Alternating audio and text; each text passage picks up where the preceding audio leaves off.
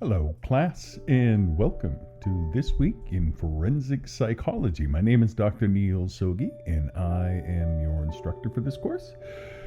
This week, we are going to be exploring a little bit of what we call criminal thinking patterns. Now, as a forensic psychologist, we're tasked with unraveling the complexities of human behavior, particularly in the context of criminality. But before we begin, I'd like to pose a question to you for a little bit of reflection. What factors influence our decision-making processes? And how might they contribute to something like criminal behavior? Just take a moment to just evaluate your own thinking patterns and consider how they shape your actions and your perceptions of yourself and those around you. And then I want to just give you a little bit of a self-test. So just grab a piece of paper, and this is just a little true and false thing, or you can just kind of take note for yourself. This is a little bit of a fun little criminal thinking patterns assessment for yourself. So if it's just kind of true and false questions, 20 statements. And if it's true for you, just give yourself a check mark. Very, very simple. So we're just going to keep track of whether or not these are true for you. And be honest with yourself, because that's the whole point here, is for you to be able to get to know yourself a little bit better, because once you know yourself a little bit better, you'll be able to know others better as well. So I want to kind of start off with this. First question. I believe that rules are made to be broken. Is that true or not for you? Second one. I often find myself thinking that others don't understand me. Third one. I think it's okay to do whatever it takes to get what I want. Fourth one. I often feel like I am a victim when things don't go my way. Fifth one. It's acceptable to break the law if the circumstances are right. Sixth one. I think people who follow the rules are weak. Seventh one. I feel that I am smarter than most people around me. Eighth one. I believe that most people can't be trusted. Ninth one. I often think about getting even with those who have wronged me. 10th one. I prefer to make my own rules than follow society's. 11th one. I feel justified in doing things that others may see as wrong. 12th one. I sometimes think lying is necessary to avoid trouble. 13th. I believe that most people would break the law if they could get away with it. 14. I think authority figures are usually out to get me. 15. It's easy to manipulate people to get what I want. 16. I feel like I am unfairly targeted by the system. 17. I think it's okay to take what I want if I feel like I deserve it. 18.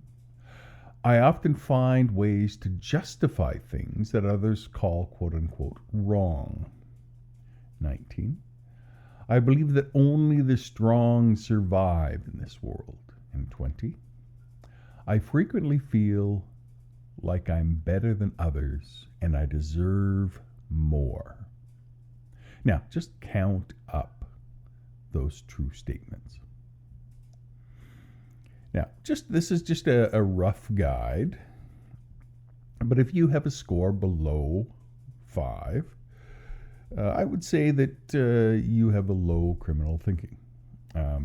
You probably adhere to a lot of social norms and laws and demonstrate a strong belief in following the rules. If you have a score between 6 and 10, then you probably have a moderate level of criminal thinking, where you occasionally justify or rationalize rule breaking and exhibit some distrust with authority or with the system. Is that true for you? If your score is between 11 and 15, then you probably have a high score in criminal thinking and frequently feel justified in unlawful behavior or distrust of others. And if you have a score over 16, then you probably have an extremely high criminal thinking, where you show consistent disregard for rules and authority and social norms, and often justify illegal or what most people would call immoral behavior as you wish. So that's just a little bit of a test. And to be honest, we all have a little bit of criminal thinking patterns in our lives. And that's the reason why we're going to be exploring this today, because there's thinking patterns that are common to all people that, as they get more and more extreme, cause more and more problems for society. And so I want to dive into that a little bit. So we're going to explore a few things in this lecture. First off, as always, I want to tell a story, and then we're going to dive into some main themes as far as thinking goes. The first one is cognitive distortion. So we're going to examine the biased or irrational ways of thinking that are very commonly observed in criminals. Things like all or nothing thinking, very black and white, or the idea of always blaming others and minimizing or denying the consequences for actions. That's the first one. The second theme we're going to look at as far as thinking patterns go is entitlement. And this is, I deserve it. I deserve to get whatever it is that I want. It's fueling rationalization for illegal behavior and the belief of your own superiority or that you deserve special privileges. Then there is the theme of manipulation and deception. And we'll analyze that, how people use manipulative tactics to employ others in criminal behavior. Might be tricking others with deception, or to get other people to do what they want to achieve their illicit objectives and to evade detection. So to do things in secret. And then finally, egocentrism. And this is the aspect that focuses on self-centeredness, which is prevalent in criminal thinking. There is this impacts the empathy, so there is no empathy, there's lack of remorse, and so basically there isn't a consideration for others in decision-making process. And this is what ultimately contributes to the behavior that we call antisocial behavior, because when there is no empathy or remorse or consideration for others, that's when society really starts to break down. So, as always, I want to start with a story, and the story that I want to tell you today is the story of Dr. David T. Lycan, who was a bit of a luminary in forensic psychology and has really kind of left an indelible mark, particularly in the field of criminal thinking patterns. He was born in Minnesota and did his studies, or at least started his studies in, well, pretty much all his studies at the University of Minnesota. He started in 1948 and ended his PhD in psychology in 1956.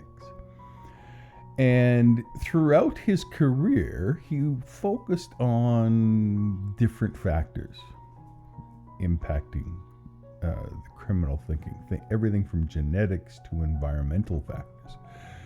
And he published a work called The Antisocial Personalities in 1957 that dived into some of the hereditary aspects of criminality and really kind of argued that there is some biology in particularly an antisocial personality. It isn't just a product of socialization, is what he argued. And so this argument, this evidence-based research, led Lycan to be one of the people that kind of promoted the idea that there might be a gene or a cluster of genes that set people up to be predisposed to antisocial personality. And as you'll see through this course, there are some genetic factors as well as some structural neuropsychology factors that and brain anatomy factors that do play in to antisocial personality, simply because we forget that our bodies are our spirit. And so what happens to our body, what happens to our brain's anatomy, impacts our behavior and our decisions and our moral functioning. So all of that to bring home the point that there is a lot that goes into criminal thinking patterns, and Dr. David T. Lycan was one of those individuals that helped to kind of clarify that for us, and someone who was somewhat of a local person. Now, I want to kind of dive into our criminal thinking patterns, because that really kind of encapsulates the whole cognitive process, as well as some of the distortions that are prevalent in individuals that do criminal behavior. Now, there are certain patterns that encompass a whole range of fairly maladaptive thought patterns and beliefs that will end up underpinning antisocial actions. The simple way to kind of remember it is it's the thinking before the drinking. It's the thinking before the action.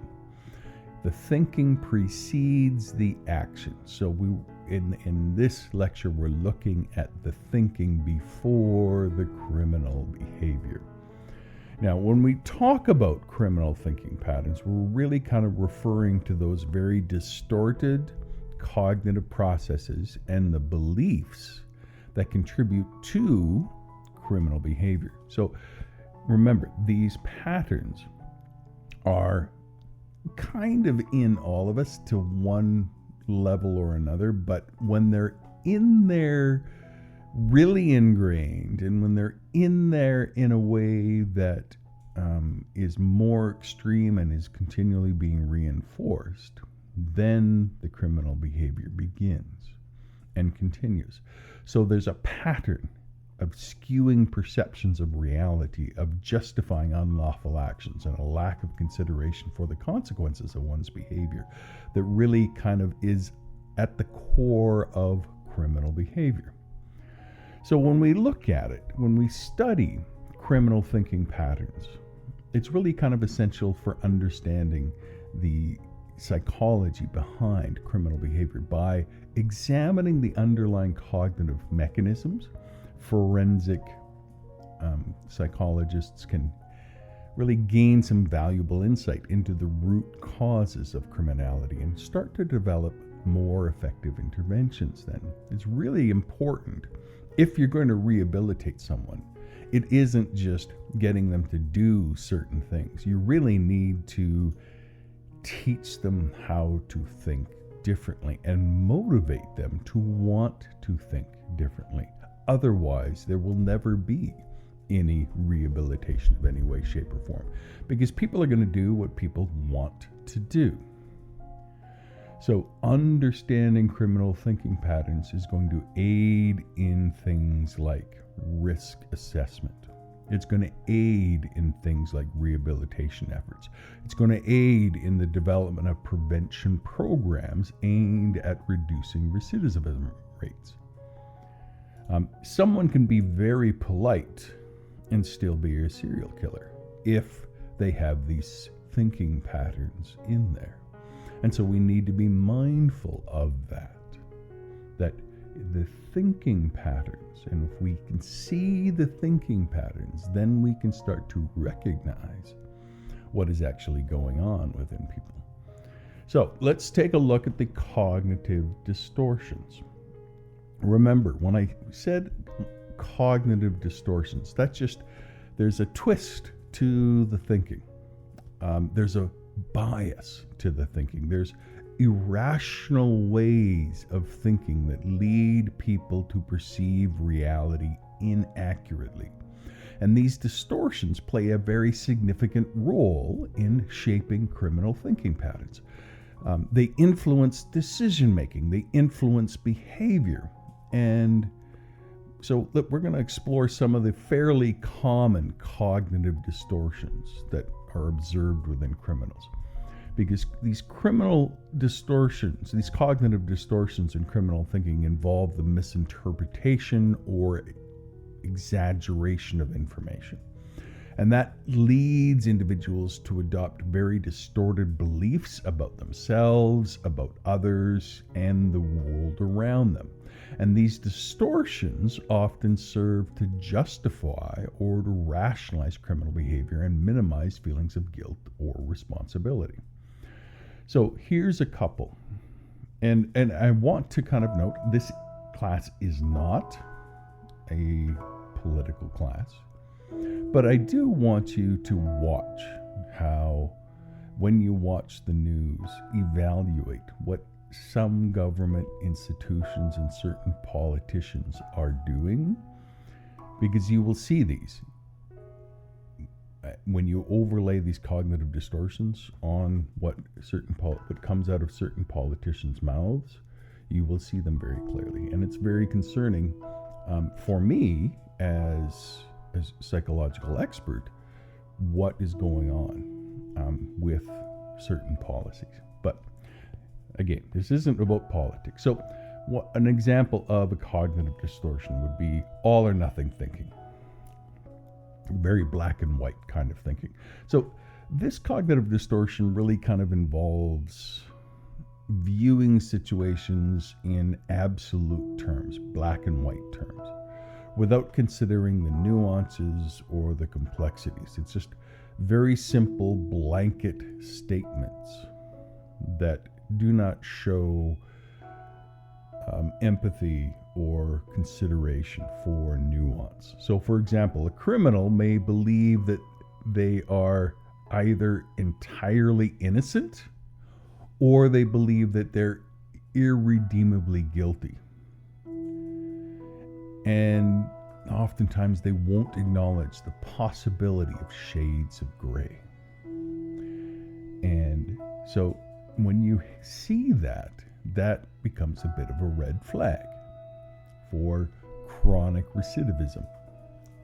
And recidivism, by the way, is just the likelihood that you're going to commit an offense again. Next cognitive distortion would be blaming others. Criminals often engage in the distortion of blaming others for their actions. They shift responsibility away themselves onto external factors or individuals. And this allows them to avoid accountability and to maintain a sense of self-righteousness. Now, we've all done that, and oftentimes it's for good reason, because there are sometimes situations where I know what's going on in my life better than you do, and so I feel guilty, or I failed to do something responsibly, and so on. So there is that. But when it's chronically blaming others in order to maintain self-righteousness, that it becomes an ingrained tool to trick yourself and to avoid responsible behavior. And when that becomes a chronic tool, a automatic way of thinking, then you see a lack of responsibility in a person's life. And then finally, the last one, minimizing or denying consequences. Now, individuals with criminal thinking patterns may minimize or deny the potential consequences of their actions. They may downplay the harm that they cause others or themselves. So someone that doesn't think about the consequences or does not think about how it will impact others. And so this kind of cognitive distortion will enable someone to continue engaging in risky or harmful or unlawful behavior without fully acknowledging the repercussions. Now, again, these are common to all people, but it's the level and the perpetual use of them that differentiates a law-abiding person from the criminal population, and then ultimately from antisocial behavior. Some other criminal cognitive distortions that we've already mentioned. One is entitlement. That is, I believe that I am superior from others. It's characterized by a belief that you have special privileges, that you're a member of a special group. Gangs use this oftentimes, or criminal organizations in general just use this. And so this is a sense of entitlement that fuels rationalization for criminal behavior. And so this concept can be carried on even further. So let's kind of dive into it. So entitlement in criminal thinking involves an inflated sense of self-importance and a belief that one is exempt from the rules or standards that govern society. And criminals may perceive themselves as deserving a special treatment or entitlement to take what they want without regard for the rights and well-being of others. And so this mindset contributes to a disregard for authority and a sense of entitlement to engage in unlawful behavior without consequences. Now, you might ask, how does entitlement fuel this rationalizations? Well, when you have an individual with a sense of entitlement, they often use it as a justification for their actions. So they're convincing themselves, it's a way of tricking themselves, that they are entitled to break the law or exploit others for personal gain. And this rationalization process allows offenders to minimize feelings of guilt or shame by framing their actions as necessary or justified, given their perceived superiority or their special status. Now, I'll give you an example in political life. In Nazi Germany, there was a group called the Brown Shirts. They're just guys that wore brown shirts that and that gave them a special status to go around and harass minorities, and particularly Jews, and caused a great deal of harm to people. And that can sometimes happen to official organizations as well. Okay? They weren't breaking the law, but they were harming people. And that kind of thing also ties into criminality. So when I talk about criminality, it isn't just following the law, it's about consideration of others as well. And so there's a great deal of research that ties into the whole idea of entitlement and criminality. And one notorious example of entitlement in criminal thinking was the case of Jordan Belfort. And you might be aware of this person because it's kind of the movie The Wolf of Wall Street is about this fellow. And Belfort was a former stockbroker that engaged in some very fraudulent activities, including securities fraud and money laundering during his time at a brokerage firm. And despite knowing the illegality of his actions, Belfort justified his behavior through a sense of entitlement, believing that his success and wealth entitled him to break the law, or at least to break the rules without consequences. And so he lived this lavish lifestyle and had extravagant parties and excessive spending and substance abuse. And this reflected his belief in his own superiority and his exemption from societal norms. And he really just ended up exploiting his clients and employees and manipulating them to further his own interests with disregard for the financial ruin that he was causing for people. And this case really does kind of exemplify how entitlement can fuel rationalization for criminal behavior. And this, remember, is something that is very common in not just in criminal gangs, but is very common in the boardroom, is very common with CEOs, is very common with high-powered politicians.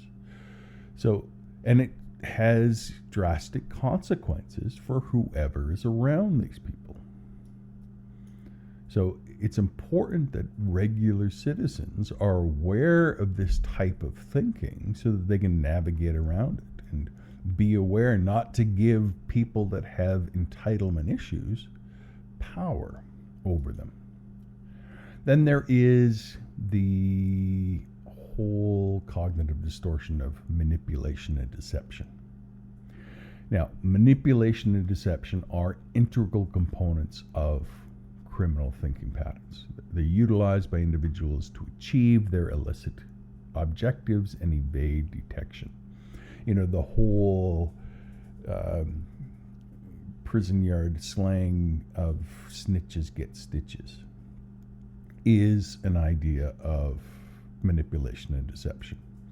It's the idea that you need to keep the secret. You need to not let anybody know, because if you let someone know, then we lose our power. And so it tries to manipulate people and scare people into buying into this idea that we need to manipulate and deceive others. And in this criminal thinking pattern, people use a variety of manipulative techniques to exploit others for personal gain. And so this works really well for people that do not have social anxiety. I would trust someone with social anxiety and that is kind of awkward in the way they talk much more than I would trust someone who's very smooth and doesn't seem to have any social anxiety and is very confident. Simply because charm and persuasion and lack of anxiety are the tools of a master criminal. So when you use charm and persuasion and praise and also coercion, as well as more sophisticated techniques like gaslighting and grooming, you're manipulating the victim's emotions and beliefs and behaviors. And offenders know this. They know how to manipulate the situation for their financial gain or to gain power or to gain control. And so manipulation serves as a means to achieve criminal objectives by circumventing obstacles, manipulating perceptions, and exploiting vulnerabilities. Criminals may use deception to conceal their true intention. They might create false narratives or deflect suspicion away from themselves. And by presenting a false persona or manipulating social dynamics, offenders manipulate situations to their advantage, often at the expense of others' well-being or rights. An example of of manipulation and deception can be seen by one of the most famous of criminal thinkers, Ted Bundy, a notorious serial killer. What he did was he lured his victims through his charm. He was very well spoken in his manipulation, and yet committed these very heinous acts. For example, he would have a fake cast that he would wear, and he would carry books on campus. And he would walk by a girl and smile and be very charming, and then he would drop the books and have trouble picking them up. And the girl, in that case, would bend over and help. And it would then that he would strike. He would incapacitate his victim, and that just is an example of Bundy's ability to manipulate his victims, as well as law enforcement and the public. And so how he was able to evade capture for years, highlighting, and this really kind of highlights the power of manipulation. Another real life example of cognitive distortions of manipulation and deception can be observed in the case of Bernie Madoff, who was a former stockbroker. Now, a lot of you would be too young to remember 2008, but he basically destroyed the world economy in the early 2000s. And he did that by orchestrating one of the largest Ponzi schemes in history. Madoff, through his investment firm, Bernard L. Madoff Investment Securities, defrauded thousands of investors of billions upon billions of dollars over decades. And he had such a sophisticated manipulation and deception system in place that he was able to maintain the facade of a very successful investment firm while perpetrating his fraudulent scheme. And he always cultivated an image of trustworthiness and integrity. He leveraged his reputation in the financial industry to attract very high-profile clients and investors. He would make false statements. He would fabricate investment returns. And all of this was deception. He would also deceive regulatory authorities. He would deceive auditors and financial institutions. He would pay his employees a lot of money. And when you are a administrative assistant or a secretary and you're pulling in $130,000 a year, you have a vested interest in holding up this kind of deception. And yet people forget that there were real victims of this. And this is where I get concerned.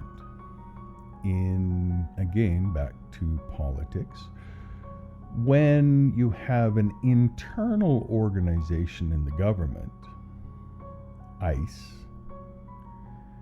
that has been given a budget bigger than the Marine Corps, which equals to a bonus of $40,000 per employee in ICE.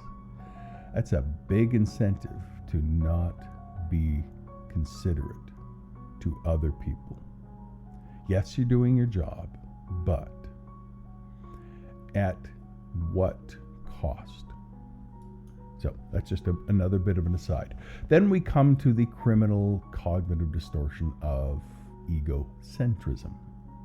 And egocentrism is the prevalent aspect of criminal thinking pattern that really focuses on it's about me first. And yeah, we all want to be me first.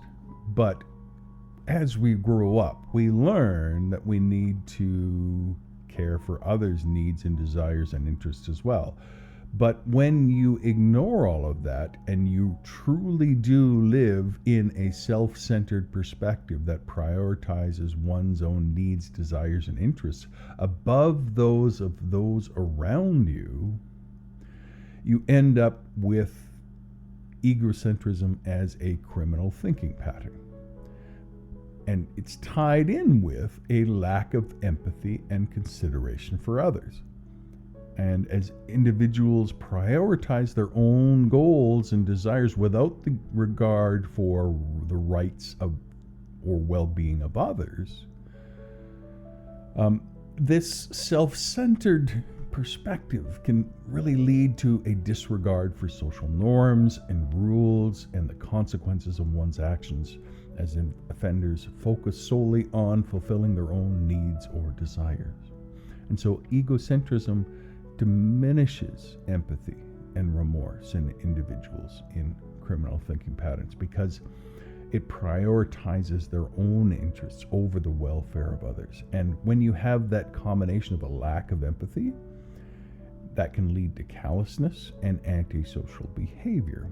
And the more extreme that gets, the more other people will suffer, the more other people will have pain.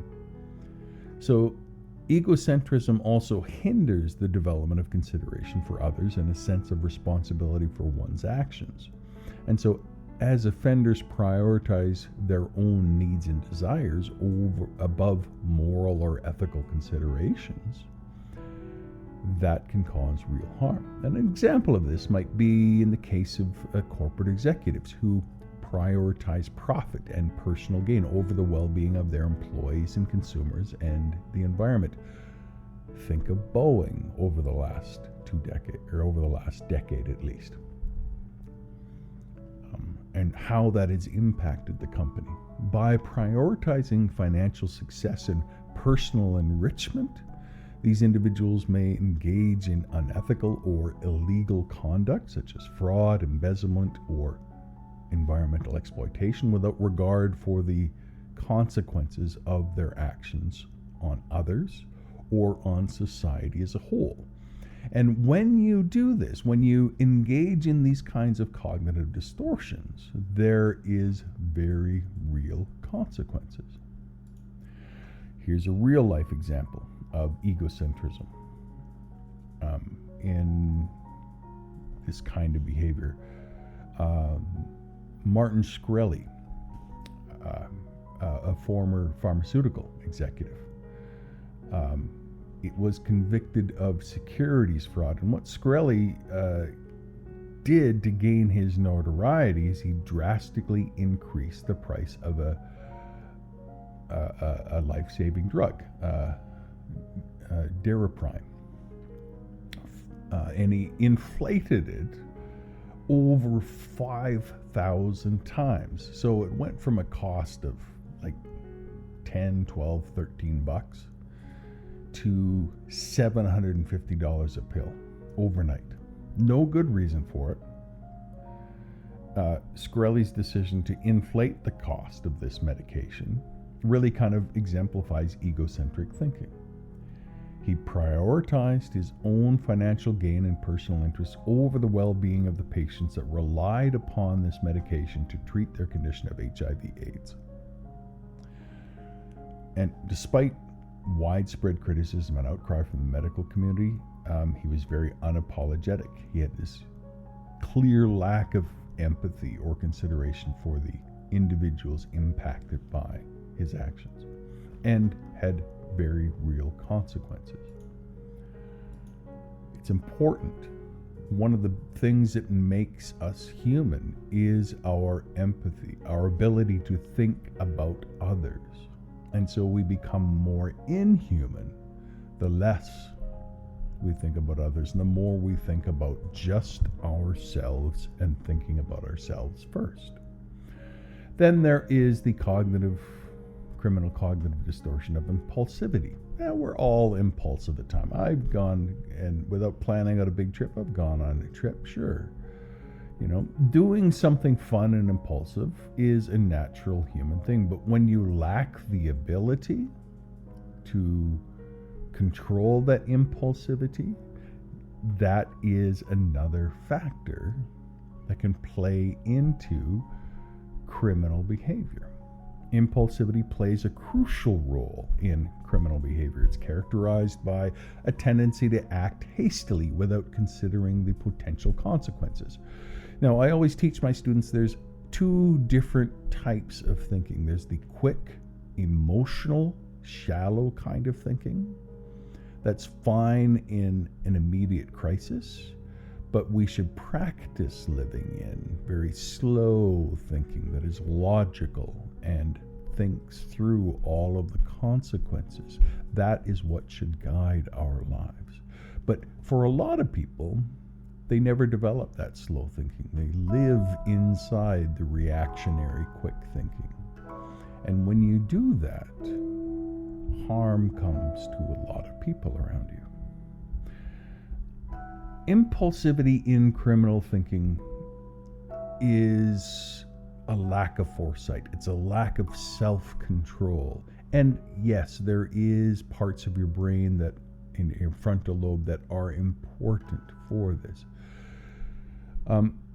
Impulsivity leads individuals to make very rash or reckless behavior without fully considering both the short-term and the long-term consequences of this. And this tendency to act on impulse can manifest in various forms, including spontaneous acts of aggression, substance abuse, or engaging in illegal activities without weighing the risks involved. And impulsive individuals often fail to consider the potential outcomes of their actions. They act on immediate desires or impulses without evaluating the potential risks or repercussions. I have a friend that was very impulsive and one day decided to drive across a bridge and close his eyes because everybody else in the car closed their eyes. But he was in the driver's seat. And you can guess what happened. Massive crash. People were hurt. That kind of thing is something that we need to be mindful of. Now, in a real life case, there was a fellow by the name of impulsivity, a fellow by the name of Ethan Coach. And this was back in 2013, was a teenager in Texas, wealthy background, but he caused a fatal drunk driving accident that resulted in the death of 4 people and the injuries of a lot of other people. And his legal defense was this: he was too rich. He had affluenza. And that was their legal case, that he was so privileged in his upbringing that he was shielded from understanding the consequences of his actions. But it really kind of boiled down to Couch was very impulsive. And he made an impulsive decision to drive while intoxicated. And that, combined with his lack of consideration for the potential harm that it would cause to others, exemplifies this whole impulsivity in criminal behavior. Now, of course, this alone is not going to, someone being impulsive is not going to turn them into a career criminal. It needs to be combined with other things.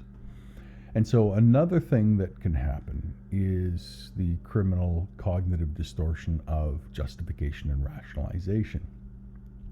And what this is a mechanism that a person will use to reduce their feelings of guilt or responsibility.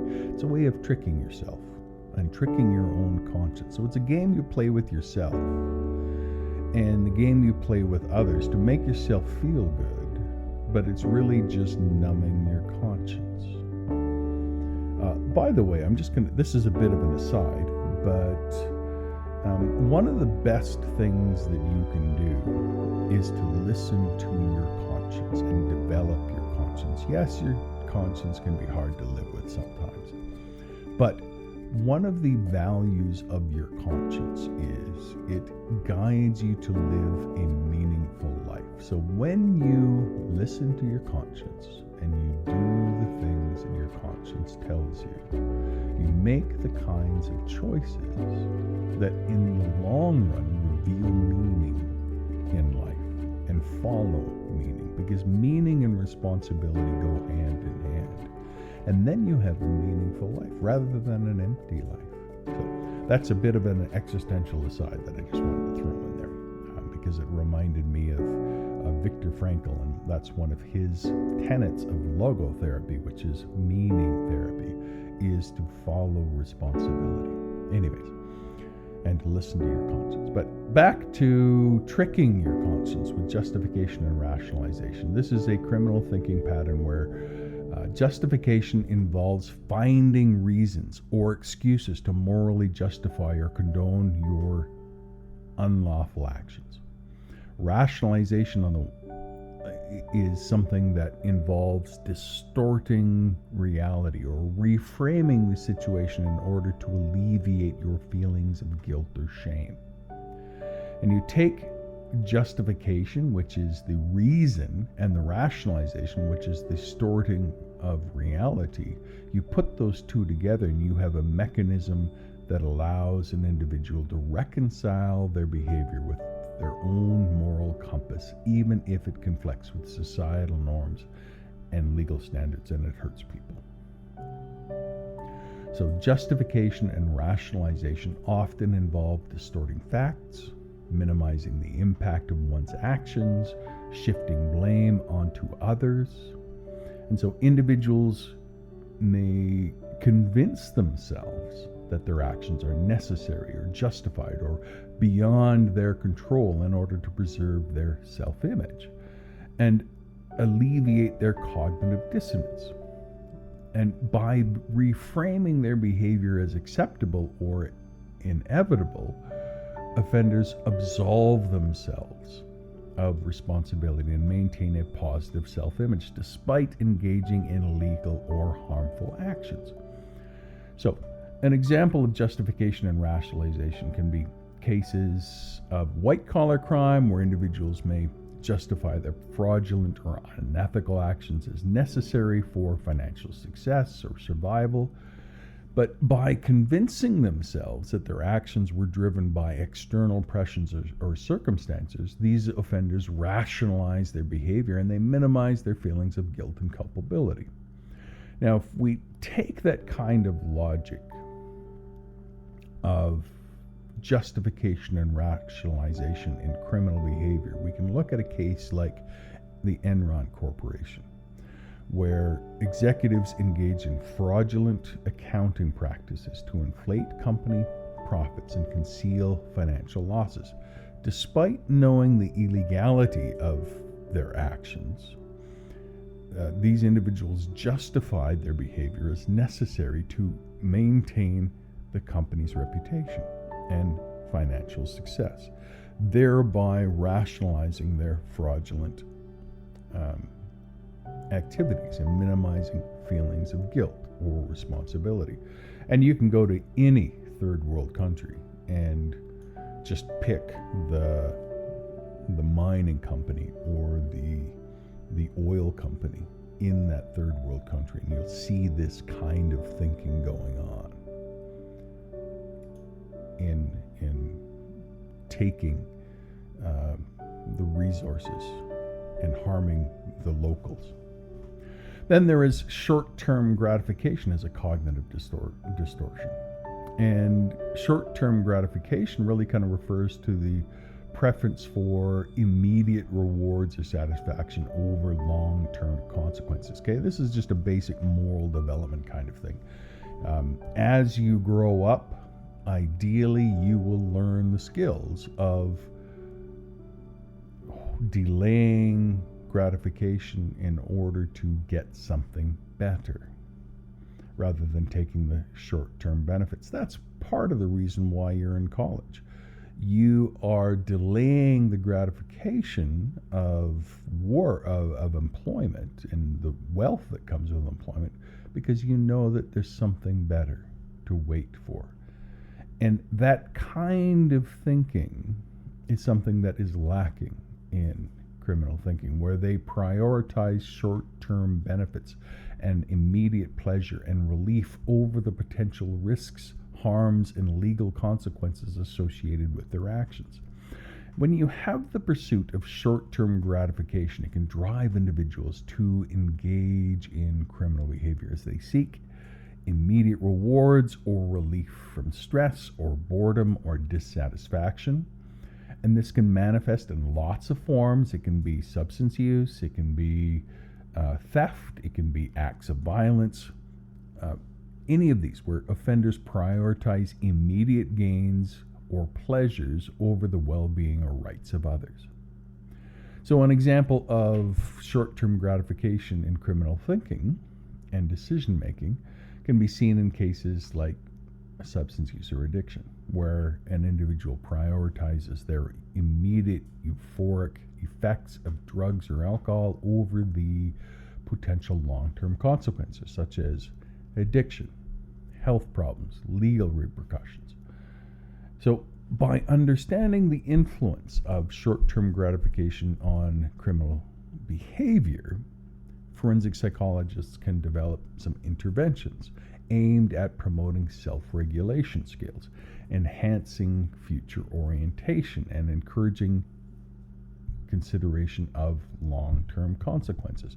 Ideally, this is done in the school system and at home, but when that's not done, then you end up with kids and teens and young adults that have never learned these skills or have not developed those parts of their brain that are needed for this. And so we can look at, a case like a bank robbery. Bank robbery, it would be a great example of short-term gratification. It's quick cash rewards.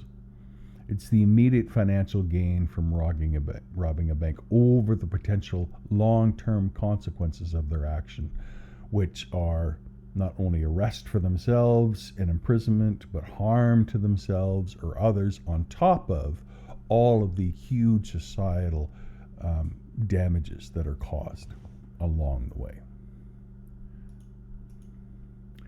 And then there is lack of empathy, which is basically, and empathy is, if you don't know what empathy is, it's feeling what other people feel. It's, and not everybody is like that. There's actually a third, genetically speaking, there's a third of people that are automatically very empathetic. There's a third of the population that is kind of empathetic. They have to put some effort into it. And then there's a third of the population that just is not empathetic. They just don't feel what other people feel. So it's not important to them. And generally you can tell because people that are really nervous are the highly empathetic people, and the people that are really confident socially are the people that are not as empathetic. Although they can come across as being so because they're so smooth. So, lack of empathy is a real hallmark of criminal thinking patterns. It contributes to the absence of remorse or consideration for the well-being of others. So when you have someone that's criminal behavior that has a profound lack of remorse, you're seeing in there, it's really kind of characterized by the inability or the unwillingness to understand or share the feelings or the perspective or the suffering of others. And this deficit in empathetic capacity leads to a very callous individual. And it also leads to antisocial behavior, as offenders disregard the impact of their actions on victims and fail to recognize their moral or ethical responsibilities towards others. And when you have the absence of empathy in criminal thinking patterns, it has the significant implication for victimization and harm caused by the offenders. Without empathy for their victims, individuals can engage in chronic predatory behavior, in chronic exploitation, in violence without remorse or consideration for the consequences of their actions. And this lack of empathy can exacerbate the trauma experienced by individuals and perpetuate cycles of harm in community for generations. So an example of lack of empathy, obviously, you would be seen in serial killers who demonstrate a complete disregard for the suffering of their victims. They view them as mere objects for their own gratification. But it can also, and here, the famous case of the Columbine High School massacre in 1999, where 2 high school seniors shot 12 of their classmates, and a teacher would be an example of this. But it can be in the boardroom as well, or it can be in the halls of political power. Lack of empathy is dangerous. Here's an example, and this is something that you can really kind of see throughout history. It takes time for a leader who lacks empathy to cause problems. But when their lack of empathy is combined with other criminal thinking patterns, things can happen badly. Generally speaking, if you get a political leader in power and they are able to stay in power for 10 years, they have built up enough of a system underneath them that is numb to what they do, that they are able to cause great harm. And so you generally will have a death of a third of that nation's population, or sorry, not a third, 10% of that nation's population, from the point of 10 years to the end of that leader's tenure, whatever it might be. So these kinds of thinking patterns can impact anywhere. It can impact in a business, it can impact in your community, and we need to be mindful of them. Now, interventions. What kinds of things can we do here? Now, when you are working in a forensic setting, as far as if you're working in corrections, for example, and not everybody in the correctional facility is genetically stuck being a criminal. A lot of them can learn skills to think differently, but they need help being educated to do so. And so there is a role to play in intervention and treatment. I certainly advocate for a great deal of training of individuals and education of individuals before they ever get to prison. So teaching kids to avoid these kinds of thinking patterns, I think, is essential. But in prison, helping people recognize criminal thinking patterns and to make different choices can go a long ways as well. So as far as intervention, some really effective intervention and treatment approaches are really crucial, I think, in addressing criminal thinking patterns and promoting this kind of rehabilitation. So when you have intervention programs that target criminal thinking patterns and aim to challenge distorted beliefs and promote pro-social attitudes and behaviors. Now, oftentimes, you can call the different thing cognitive therapy or cognitive behavioral therapy would typically be where these kind of programs would fit. But it's basically, when I would do programs like this, it would be, just a group of guys sitting around, and we would all share an example of a time in the previous week where we used one of these thinking patterns, like, for example, entitlement or manipulation or deception or egocentrism, and then walk through with the group how we could change the ways that we think. And it's good. This is a good task for anybody to do, not just someone that's in prison, but it's essential for someone in prison if they're going to reduce their recidivism, if they're going to change their behavior. This is something that is absolutely essential. And then mindfulness. Train a person to recognize their thinking patterns, to be self-aware, to find the skills to emotionally regulate, to find the skills to be empathetic to others, to find the skills to decide to choose to listen to your own conscience goes a long ways. Now, of course, we need to address the societal problems like unemployment or lack of education and substance use.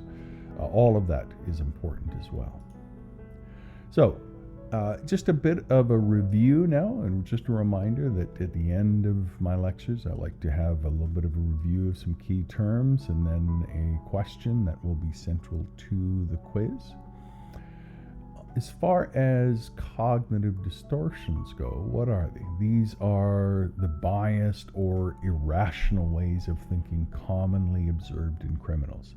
Things like all or nothing thinking or blaming others, which contribute to distorted perceptions of reality. Some of the thinking errors that people make are things like entitlement. What is entitlement? Entitlement is the belief of one's special privilege or superiority over others. And what this ends up doing is that this ends up fueling rationalizations for criminal behavior and a lack of consideration of consequences. Then we have manipulation and deception. What are these? These are tactics used by individuals with criminal thinking patterns to exploit others for personal gain. This might be charm. This might be persuasion or gaslighting aimed at achieving criminal objectives. And then there's the lack of empathy. And this is the absence of understanding or consideration for feelings and suffering of others. And this is contributing to callous and antisocial actions without remorse or recognition of moral responsibility. Now, we can ask, what is a cognitive distortion that involves finding reasons or excuses to morally justify or excuse unlawful behavior? Of course, that one would be justification and rationalization. So as we close out this lecture, I just want you to think about your own ways of thinking and maybe take some time to create a list of how you have used each of these thinking errors over the past week and how in the future you can avoid using those thinking errors, because every time we use those, it hurts someone just a little bit. And the more we use them, the more it hurts other people and the more it hurts ourselves. So one way that we can make the world a better place is simply by learning how to avoid these thinking errors and to live with responsibility and empathy and care and consideration for those around us. Hope you enjoyed this lecture, and I will see you next week. You take care. Bye-bye.